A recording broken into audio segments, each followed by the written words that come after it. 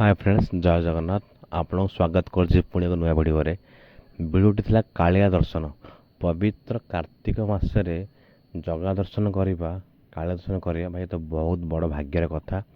घर आम गाधे सकाल सकाल बाहरी पड़ू पुरी अभिमुखे गोटे घंटा सफर कलापर आम आसी पहुँच जाइलु पुरीर वेलकम गेट निकट में जहाँ 40 किलोमीटर आम घर ठू सेठू कि गलापर बाटरे माँ बाटमंगला साक्षात देवी माँ तांको देखी तांको भक्ति करी तांको पूजा करी आमे बाहर पड़ू जगन्नाथ दर्शन अभिमुखे पहुँच जाइल पुरी बड़दाण्ड बड़दाण्ड गलापर भाई गोटे आत्मा गोटे शांति लगिला सेठू किछि बाटे बड़दाण्ड को आम बाहरी पड़ी चली जाइलु मंदिर अभिमुखे मंदिर में पहुँची गला आमे माने साइड देखिलु कि बहुत लोक गुड़ सब बसते एवं लोक मैंने निज निज कम किए जाऊला दर्शन करुले फेरुले मंदिर परिक्रमा करुले कार्तिक मास जेहेतु नदिया कीर्तन चली जी जहाँ कम व्यस्त भाई किए जगह दर्शन करुच्ची किए मंदिर बुलूची भाई जी जहाँ कम व्यस्त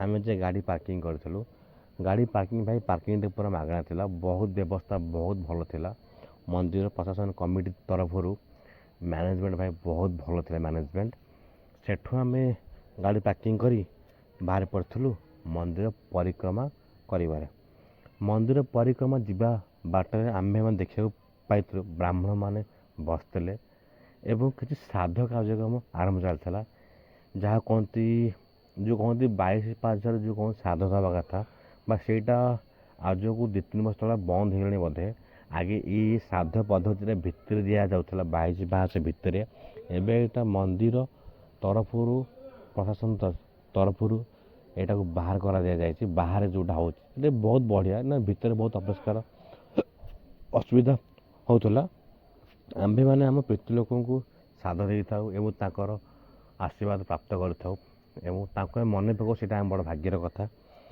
श्राद्ध दिया चली थाए ब्राह्मण मान कम कर श्राद्ध दे था देखी सारापर आम बाहर पड़ू धीरे धीरे चलीगला आम जा पहुँच जाइल सिंहद्वार निकट में भाई ये हो जगन्नाथ भाई सिंहद्वार पाखे पहुँचला भाई सी शांति कहले न सरे सिंहद्वार पाखे आम 2 हाथ टेकी प्रभु पाखे नतमस्तक हो नमस्कार करी प्रभु आम दुख जन एवं संसार का मंगल प्रार्थना करी सिंहद्वार देखी लोक मानू देखी निजर भाव प्रभु आगे प्रकाश करी आम बाहर पड़ू मंदिर परिक्रमा आगू बढ़ी जाइलु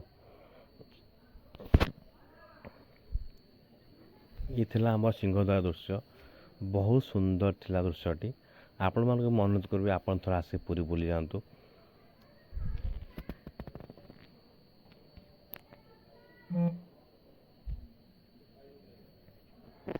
सेठू धीरे धीरे चली गला परे सिंहद्वार बाँ पटे आम जस्ट चलिकी गला बसला रोषे घर जोटा कि आमर माँ लक्ष्मी साँताणी जगन्नाथ प्रभु को 56 भोग 60 पौटी निज हाथ में रांधि से खुआती प्रतिदिन यहाँ थिला भाई से रोषे घर हूँ माँ जोटि प्रभु को खाद्य रंधा हुए प्रसाद रंधा हुए माँ लक्ष्मी साँत निजे ही प्रभु को रोषे कर दियंती से तारी तले तारी साइड थिला ये गोटे सुंदर बगीचाटे भाई मंदिर बहुत चेंज हो जाए 10 वर्ष तले जेम थिला मंदिर तार पूरा आमर जो प्रधानमंत्री जो नवीन पट्टनायक आम जो थिले एक्स मुख्यमंत्री सी निजे आम जो ओडिशार मंत्री थिले एक्स मंत्री थिले सी निजे आमर ये जो प्रोजेक्ट टी आरंभ करते बहुत बहुत धन्यवाद से बहुत किसी भाभी ये कमटी करते बहुत सुंदर थिला आम सेठू बाहर पड़ू नेक्स्ट जो दक्षिण द्वार अभिमुखी बाहर पड़ू भाई दक्षिण द्वार गलापर आम देखा पाई कि मंदिर चारिपाखे पार्क थिला एवं लोक मैंने बसवाई जगह थिला बहुत सुंदर होता पार्क टी आउ पानी जल में सुविधा थिला शौचालय सुविधा थिला जेकोसी व्यक्ति निजे क्लांत अनुभव कर निजे आसी बसी पार पार्क दृश्य बहुत सुंदर थिला गछ गुड़िक बहुत ସୁନ୍ଦର ଭାବରେ କଟା ହେଇ ସଜା ହେଇଥିଲା ଫୁଲ ଗୁଡ଼ିକ ମଧ୍ୟ। ଏବଂ ସେଠାରେ ଯେକୌଣସି ଆପଣ ଦେଖିବେ ଅଳିଆ ଆବର୍ଜନା 1% ଆପଣ ପାଇବେନି। ସ୍ୱଚ୍ଛତାର ଯେଉଁ ଅଭିଯାନ ଭାଇ ଆପଣ ଏଇଠି ଦେଖିବାକୁ ପାଇବେ।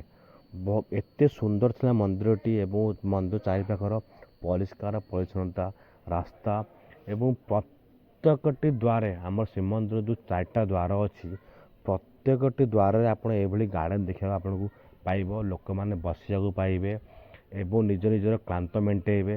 ପିଇବା ପାଣିର ବ୍ୟବସ୍ଥା, ଶୌଚାଳୟର ବ୍ୟବସ୍ଥା ସବୁକିଛି ବହୁତ ସୁନ୍ଦର ଭାବରେ ଖଞ୍ଜା ହେଇଥିଲା।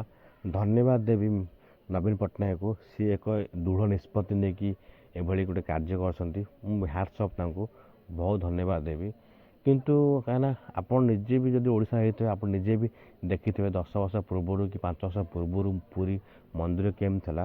ଏବେ ଆପଣ ଥରେ ବୁଲି ଆସନ୍ତୁ, ବୁଲି ଆସିଲା ପରେ ଆପଣ ଜାଣିବେ କେମିତି ଥିଲା। ତାପରେ ଆମେ ଆସିକି ପହଞ୍ଚି ଯାଇଥିଲୁ ଦକ୍ଷିଣ ଦ୍ୱାରରେ, ଯେଉଁଟାକି ଆମର ଦକ୍ଷିଣ ଦ୍ୱାର ଥିଲା ଏଇଟା। ସେଠି ବହୁତ ଭିଡ଼ ଥିଲା। କାର୍ତ୍ତିକ ମାସ ଯେହେତୁ 4 ଦ୍ୱାର ଖୋଲା ହେଇଯାଇଛି, ଏତେ ଭିଡ଼ ନଥିଲା। ଦକ୍ଷିଣ ଦ୍ୱାରରେ ଆମେ ଦେଖିବାକୁ ପାଇଥିଲୁ ପୁରା ନିଟନେସ୍ ଥିଲା। ଆପଣ ଦେଖନ୍ତୁ ସୁନ୍ଦର ଭାବରେ ସବୁ ମୂର୍ତ୍ତି ଗୁଡ଼ିକ ତିଆରି ହେଇଯାଇଛି ଲାଇନ୍ ଭାବରେ। ପିଲର ଗୁଡ଼ିକ ଗାର୍ଡ଼େନ୍ ଆପଣ ଦେଖିପାରୁଥିବେ, ଗାର୍ଡ଼େନ୍ କେତେ ସୁନ୍ଦର ଭାବରେ ସେମ୍ ପ୍ରୋସିଜର୍ ଥିଲା। 4 ଦ୍ୱାରରେ ଆପଣ ଯିବେ, ସେମ୍ ଦେଖିବାକୁ ପାଇବେ। ପୁରା ଗାର୍ଡ଼େନ୍ ଥିବ, ଫୁଲ ଗୁଡ଼ିକ ମଧ୍ୟ ବହୁତ ସୁନ୍ଦର ଭାବରେ ହେଇଥିଲା। ଇଏ ଭାଇ ଆମର ତାଙ୍କ ନିଷ୍ଠା ସହିତ କାମ କରୁଥିଲେ, ପୁରା ସୁନ୍ଦର ଭାବରେ ଗଛ ଗୁଡ଼ିକ ଖଞ୍ଜୁଥିଲେ କାଟିକି। ପିଇବା ପାଣିର ବ୍ୟବସ୍ଥା ମଧ୍ୟ ଥିଲା, ଶୌଚାଳୟର ବ୍ୟବସ୍ଥା ଥିଲା। ପ୍ରତ୍ୟେକଟି ଦ୍ୱାରରେ ସିଂହ ଦ୍ୱାରକୁ ଛାଡ଼ି ଦେଇକି ଆପଣ ଯେଉଁ ପଛପଟେ ଯେଉଁ 3ଟା ଦ୍ୱାର ଆମର ଅଛି ବ୍ୟାକ୍ ସାଇଡ଼୍ରେ, ପ୍ରତ୍ୟେକଟି ଦ୍ୱାରରେ ସାମ୍ନାରେ ଆପଣ ପାଇବେ ପାର୍କ ପାଇବେ। ବସିବା ପାଇଁ ବହୁତ ବ୍ୟବସ୍ଥା ବହୁତ ବଢ଼ିଆ ଅଛି। ପିଇବା ପାଣିର ବ୍ୟବସ୍ଥା ଅଛି, ଶୌଚାଳୟର ବ୍ୟବସ୍ଥା ଅଛି। ଟୋଟାଲି ଭାବରେ ଭାଇ ପୁରା ପରଫେକ୍ଟ ପ୍ୟାକେଜ୍ ଥିଲା ଇଏ। ମନ୍ଦିରଟା ଆମର ଏତେ ସୁନ୍ଦର ଭାବରେ ଖଞ୍ଜିଆ ହେଇଥିଲା, ଚତୁଃପାର୍ଶ୍ୱ ବହୁତ ସୁନ୍ଦର ଥିଲା। ଏସବୁ ପୁରା ଆମେ ଦେଖିଥିଲା ପରେ ଇଏ ଥିଲା ପୁରା ମନ୍ଦିରର ଦୃଶ୍ୟ, ଚାରିପାଖର ଦୃଶ୍ୟ। ପୁଣି ଆମେ ବାହାରି ପଡ଼ିଲୁ ନେକ୍ସଟ ଦ୍ୱାରକୁ, ଯେଉଁଟା କହନ୍ତି ଉତ୍ତର ଦ୍ୱାର। ଏବେ ଆମେ ଯାଇଥିଲୁ, ସେମାନେ କହିଲେ କି 2 ପଟେ ପଶିବେ 2 ପଟେ ବାହାରିବେ। ସିଂହ ଦ୍ୱାର ଗୋଟେ, ପଶ୍ଚିମ ଦ୍ୱାର ପଟେ 2 ପଟ ଦ୍ୱାରରେ ଏଣ୍ଟ୍ରି ଥିଲା, ଆଉ 2 ପଟ ଦ୍ୱାରରେ ଏକ୍ଜିଟ୍ ଥିଲା। ବା ଯେହେତୁ କାର୍ତ୍ତିକ ମାସ ବହୁତ ଗହଳି ଥିଲା, ଲୋକମାନଙ୍କର ଭିଡ଼, ଏବଂ ଯେହେତୁ ମନ୍ଦିର ଭିତରକୁ ମୋବାଇଲ ଆଲାଉ ନଥିଲା, ଆନନ୍ଦ ବଜାର ଦୃଶ୍ୟ ମୁଁ ଆପଣଙ୍କୁ ଦେଖାଇ ପାରିବି ନାହିଁ। ଭିତରେ ଭାଇ 60 ପଉଟି ଯେଉଁ କହନ୍ତି, ଭିତରେ ପଶିଲା ପାଇଁ ମନ ପୁରା ଆନନ୍ଦ ହେଇଗଲା। ଆପଣମାନଙ୍କୁ ମୁଁ ନିଶ୍ଚୟ ରେକମେଣ୍ଡ କରିବି, ଆପଣ ଗୋଟେ ଥର ଆସନ୍ତୁ। ଆନନ୍ଦ ବଜାର ଉପରକୁ ଯାଇକି ପ୍ରସାଦ ଖାଇକି ଗୋଟେ ମଣ୍ଡପ ଅଛି, ତା ଉପରେ ବସିକି ଆପଣ ପୁରା ତଳ ଦୃଶ୍ୟ, ପୁରା ପୁରୀ ଦୃଶ୍ୟ ଆପଣ ନେଇପାରିବେ।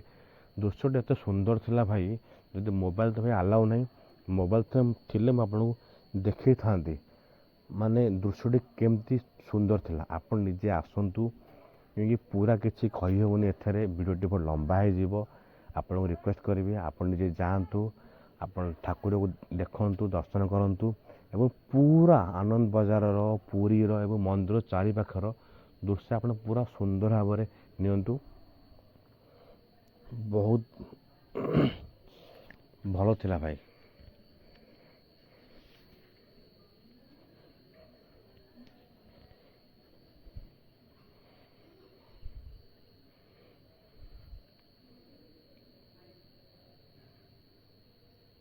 ଭାଇ ଫୁଲ ଗୁଡ଼ିକ ଏତେ ସୁନ୍ଦର ଭାବରେ ଫୁଟିଥିଲା ମନ୍ଦିର ଚାରିପାଖରେ ଭାଇ, ଏତେ ସୁନ୍ଦର ଭାବରେ ଫୁଲ ଗୁଡ଼ିକ ଫୁଟିଥିଲା।